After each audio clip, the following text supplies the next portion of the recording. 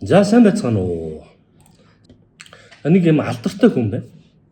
За Трамп гараагүй байхад бол санхүүгийн зах зээл дээр хамгийн нөлөө бүхий хүн байлаа. За энэ хүн. За ингээд энэ бүх Америкийн далбаа бол тавьдсан ингээд ярьцлагууд байж байна. За энэ хүн хэн бэ гэж. За энийг бол холбооны нөөцийн сангийн тэргүүн буюу монголоор бол Монгол банкны ерөнхийлөгч гэсэн. Америкийн төв банкны ерөнхийлөгч Жереми Паул гэдэг хүн. Ийм хүн бид. Ер нь үе үедээ санхүүгийн зах зээл дээр хамгийн нөлөөтэй хөрөнгө оруулагч нар бүгдээрээ сонсдог хүн байдаг нь ерөөсөө холбооны нөөцийн сангийн тэргүүн байдаг. Тэгээ энэ холбооны нөөцийн сангийн нэг жокуд байдаг л да юу гэхээр good afternoon гэж хэлэнгүү зах зээлүүд fuck гэж шууд тий. Ерөөсөө энэ хүн гараад үг хэлэхэд сайн байцгаана уу гэж мэдлэхэд алтны ханш индексүүд, хувьцаанууд, бараа таварууд бүр ингээд хэдэн доллар савдаг ийм нөлөө бүхий хүн өчигдөр шөнө буюу Монголын цагаар өнөөдөр 2 цагт өөрийн 2 цагт мэдээлэл хийсэн. За энэ хүн юу хийдэг юм бэ? Энэ хүн Америкийн төв банкны бодлогын хүүг өөрчлөх шийдвэрийг гаргадаг, Америкийн мөнгөний бодлого шийддэг гол хүн байж. Тэгэхээр энэ хүн өнгөрсөн шөнө Америкийн нэгдсэн улсын бодлогын хүүг хിവэр хадгалах шийдвэр гаргасан. За яагаад ийм гарваа? За юу ярив гэдэг асуудал байж. За бодлогын хүүг өөрчлөх үндсэндээ нэг 3 том хүчин зүйлсийг ерөөд авч үзэж байгаа. Нэгтгэх нь мэдээж инфляцийн асуудал байж байгаа. За одоо энэ үеийн дээ Америкийн нэгдсэн улсын инфляцийн түвшин түүхэн дээд хэмжээнд 9% хүрчихсэн гэдэг энэ үзүүлэлт байж байгаа. Тэрнээс хойш буурсаар агаад одоо энэ дээ ялангуяа core CPI гэж ярьдаг. Тэр нь бол одоо 2.8 орсон юм. Core CPI нь 3.1 гэдэг үзүүлэлт гарч ирсэн. За сүүлийн үзүүлэлтээр бол ер нь бол энийг нэг юм 2% барих тал дээр Америкийн төв банкны бодлого ажиллаж идэг байхгүй. Тэгээ нөгөө ковидтой холбоотойгоор мөнгөний нийлүүлэлтийг маш их нээсэн. За дээрэс нь Украин, Оросын дайнд эдэнсэнтэй холбоотойгоор хүнсний барааны үн өссөн. Тэгээд ерөөдөө 9% рүү шийдсэн байж байгаа. За үүнтэй холбоотойгоор Америкийн бодлогын хүү 5.5 болж бол өсөөд тэгээ энэ 22 оноос хойш бууралж явсаар хагаад 3.1. За тэгвэл энэний зорилттой түвшин хэд байдаг вэ гэж. Энэний зорилттой түвшин 2% байдаг. Тэгэхээр 2% бол одоохондоо очоогүй байгаа. Энэ ондоо очих магадлал бас тийм өндөр бол биш байна. Тийм учраас эдгээр нэгдэх шалтгаан бодлонгүйг яаж юм хിവэр хадгалсан байж. За хоёр дахь том шалтгаан болохоор ажлын байрны өөрчлөлт гэж байдаг. Нэгсэндээ Америкийн ажилд орж буй иргэдийн тоо гэдэг үзүүлэлт бол байж идэг. За үүнийг бид нэр Forex-ийн зах зээл дээр бол non-farm гэдэг үзүүлэлтээр авч үздэг л дээ. Ер нь бол одоо Америкийн фермийн бус ажлын байр буюу дундаж ажлын байрны өөрчлөлтийг хийж идэг. Тэгэхээр энэ үзүүлэлт тогтмолоор 200 мянгаар өсөж байгаа учраас энийг бол ажлын хүчин хിവэр байна. Хивэн гэж үзээд бодлон үгийн нөлөөн дээр бол бага авч үзсэн байж. За 3 дахь үзүүлэлт нь юу байсан бэ гэж. За энэ холбооны нөөцийн сангийн мэдээлэл дээр явж исэн дараагийн үзүүлэлтийн GDP байж байгаа. За энэ болохоор дотоодын бүтээгдэхүүн Америкийн эдийн засгийн өсөлтийг харуулж байгаа. Америкийн эдийн засгийн өсөлт бол 2025 оны байдлаар 1.7% байна гэж таамагласан байна энэ үнэтэй. Тэгэхээр энэ өмнөх ондоо харьцуулахад яаж юм гэсэн үг. Бууралттай процесс бол байж байна. Эдийн засаг өсөхгүй байна. Тэ хангалттай өсөлт бол гарахгүй байна. За үүний гол шалтгаан юу вэ гэж. Үүний гол шалтгаан Трампын бодлого шийдвэр байж байгаа.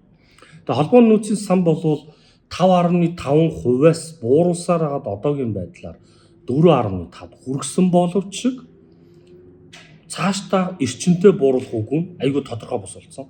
Энэ удаагийн хурлаар юу гэж ирсэн бэ гэхээр Жереми Паул бид нар энэ жилд 0.25%-аар 2 удаа бууруулах боломж байгаа гэдэг бол илэрхийлсэн. Гэхдээ тарифын асуудлыг яригдсан. За Америкийн нэгдсэн улсын ерөнхийлөгч Трампын хийсэн маш том бодлогын нэг нь болохоор тариф байдаг. За бид нар санаж байгаа бол Америкийн нэгдсэн улс Мексик Канад хоёрт 25-ын татвар оногдуулна гэд тэгээ хугацааг нь болохоор 4 сарын 20 гэдэг юугаар сонгосон байж байгаа тийм.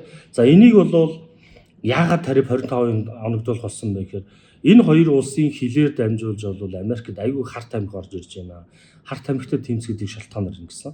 Хэрв энэ 4 сарын 2-нд Трамп таалагдахгүй болвол 25% татвар оногдуулах юм бол хамгийн том экспортлогч хоёр улс шүү дээ. Юу яа гэсэн үг. Барааны үн өсөж орж ирэх гэж. Одоо Мексикээс, Канадаас. Харин Хятадд 10% татвар оногдуулсан бүх бараа. За тэгээд 3 сарын 12-нд болохоор хөнгөн цагаан ган 2 дээр 25% татвар оногдуулсан. Ийм процесс болж байгаа. Тэгэхээр энэ процесс нь ерөнхийдөө дунд хугацааны инфляцийг үүсгэж байгаа. Үүсгэхээр байна гэж холбооны эзэн сан бол үздсэн байж байна. Урт хугацаанд яах вэ гэдг нь юунаас хамаарах вэ гэхээр за Америк л тариф тавиад байна. Гэтэл нөгөө улсууд бол одоохондоо чимээгүй байгаа. За Хятад бол ямар хариу хэлсэн бэ гэхээр бид нар ямар ч байсан хариуг нь барина. Бид нар бол ямар ч хариу барьж чаднаа гэдэг маягийн сүрдүүлэг өгсөн байгаа боловч яг одоо тариф дээр нь бид нар тийм тариф оногдуулна гэсэн шийдвэр бол гараагүй байж. Тэг хэрэг энэ шийдвэр гарах юм бол Хятадаас орж буй, Мексикээс орж ирж буй, Канадаас орж ирж буй бараан дээр инфляцийн нөлөө, юмны өсөлт орж ирээд инфляц үүсэх юм магадлал байгаа учраас ийм зүйлүүд орж ирэх юм бол бид нар юу яана гэж үзсэн байж. Бодлон хүүгийн шийдвэрийг бид нэр бууруулах бүр эсрэгээр өсгөх ч гэсэн бодлого баримтлах бол боломжтой гэдэг зүйлийг бол Жереми Паул мэдгдсэн байна. За үр дүнд нь болсон юм бэ гэж. За өчигдрийн мэдээллийн үр дүн. За одоо энэ үеч тий Америкийн нэгдсэн улсын $1 одоо энэ хараа 12 сараас хойш 1 сараас хойш Трамп ерөнхийлөгч болсноос хойш тасралтгүй унж байгаа. За хамгийн сүүлийн том уналт бол 3 сараас хойш.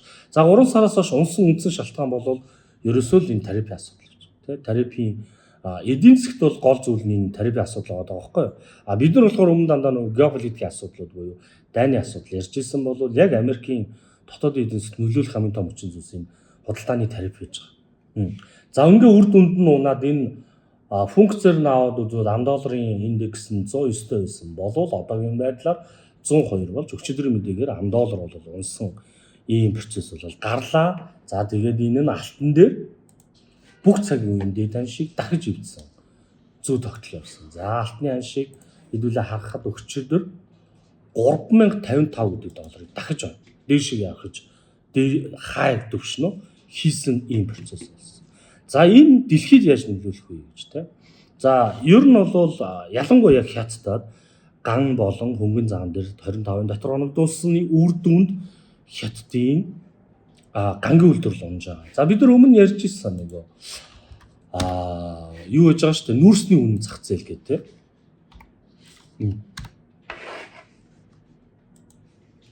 За нүүрсний зах зээлийг бол бид нар Монголын эдийн засгийн маш холбох ёстой гэж зүрх ярьж ирсэн.